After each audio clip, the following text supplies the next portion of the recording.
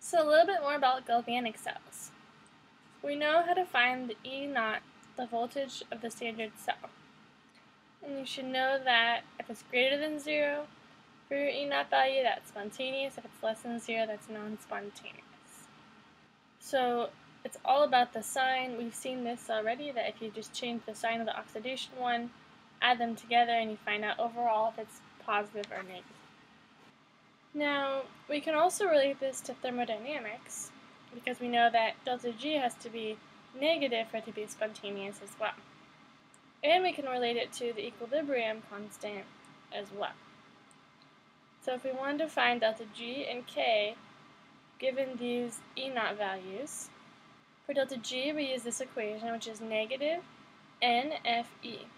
So it's just the number of moles of electrons when you have the half reaction. However many electrons you have added there, after you've made them the same for both, that's your N.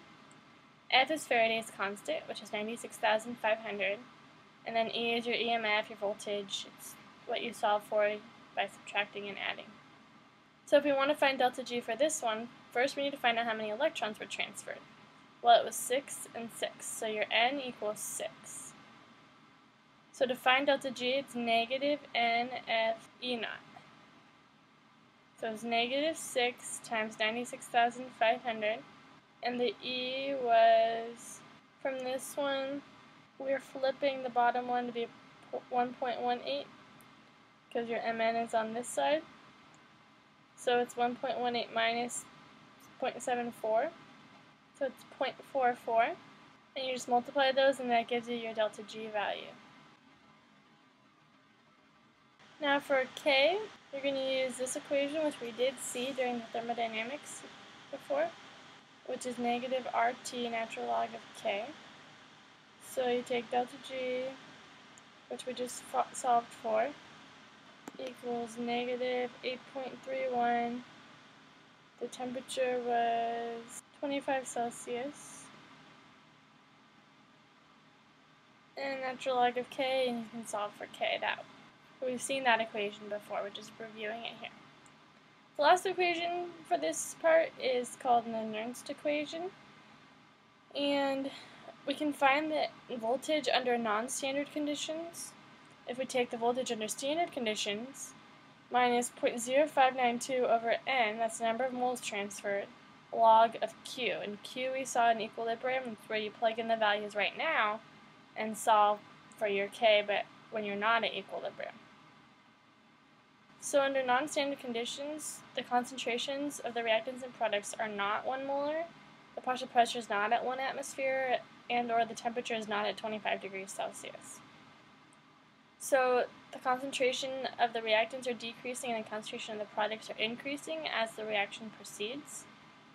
And the voltage decreases as the concentration of the reactants decreases and the concentration of the product increases. So as the reaction proceeds, the voltage, the cell EMF, is decreasing.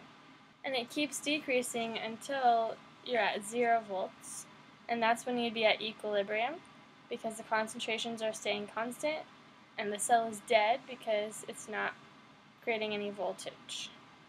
Now, we can also rewrite this equation in this way. RT NF natural log of Q. The other one was assuming you were at 25 degrees Celsius at least still. This one can be at any temperature, and now it's natural log of Q, not log of Q like it was in the other one. So if Q is less than 1 and you have more reactants, then that natural log of Q is negative. So then your E of your cell will be greater than your E of your standard conditions.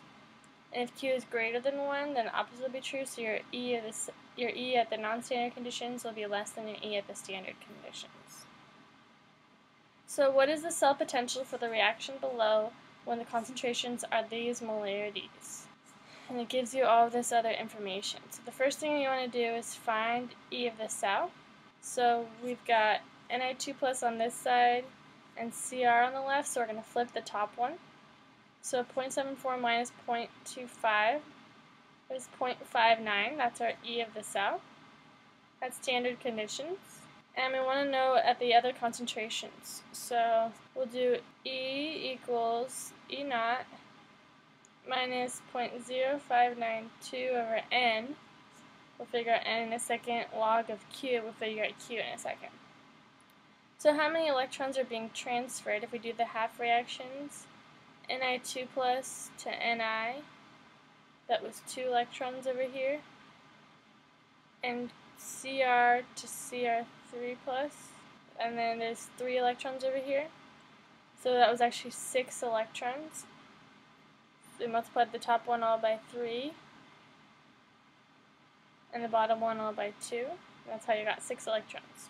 So your N is 6. It's not always 6, it just happened to be in these ones. And then your Q, so you take, this one is a solid, so that's not going to be in our equilibrium expression. This one's a solid, so that's not going to be in it.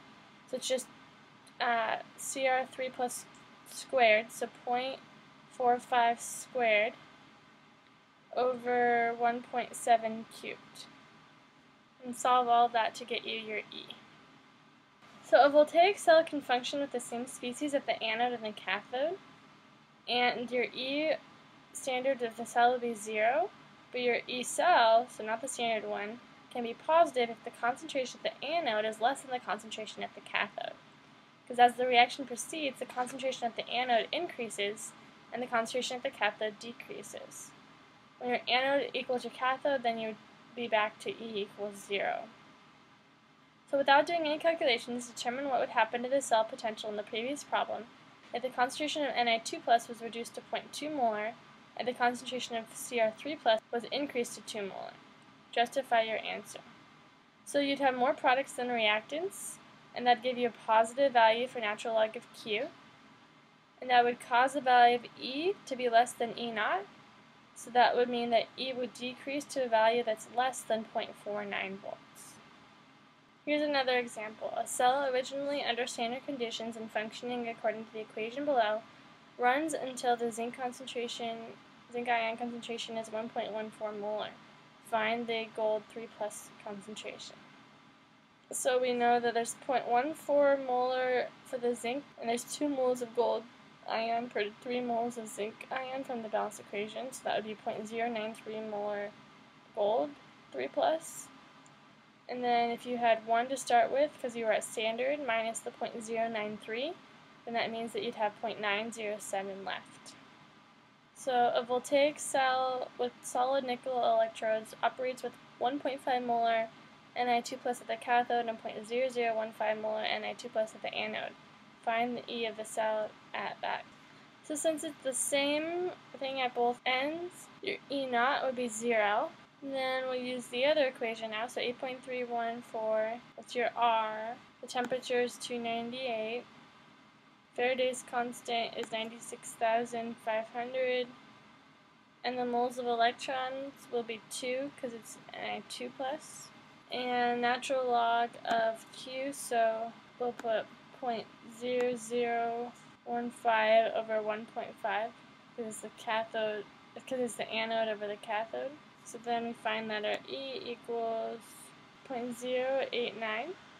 So since it's positive, it would be spontaneous. Here's a picture for the concentration cells to show you, like, if you had the same thing on both sides, that it could be positive. You could still have basically the same thing running on both sides, and it can be positive, again, based off of the concentration being greater on one side than the other. Your E standard would still be 0 when you have the same thing on both sides, but you can solve like we just did for your E non-standard, and it can be positive. So that's all for galvanic cells, and I'll see you later.